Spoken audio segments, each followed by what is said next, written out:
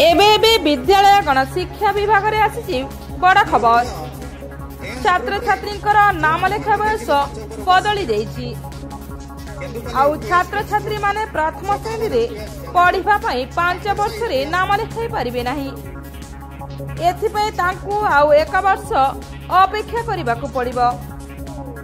विद्यालय गणशिक्षा विभाग पत्र संख्या 1753 जनवरी 20 तारीख अनुसार शिक्षा वर्षर सेप्टेम्बर 1 तारीख सुधा छात्र छात्री मानकु 6 वर्ष किंबा अधिक होइतिले प्रथम श्रेणी रे नाम लेखाई पारिबे। विगत वर्ष मानकरे शिक्षा वर्षर मार्च 31 तारीख सुधा 5 वर्ष किंबा अधिक होइतिले सेमाने प्रथम श्रेणी रे नाम लेखाई पारुथिले।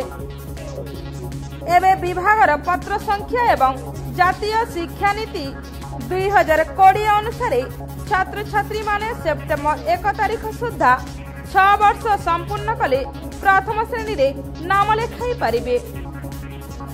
तेबे प्रत्येक प्राथमिक विद्यालय रे शिशु बाटिका नाम रे एक नूतन श्रेणी खोला जिवो। छात्र छात्री माने 5 वर्ष रु 6 वर्ष हेले शिशु बाटिका रे नाम लेखाई पारिबे।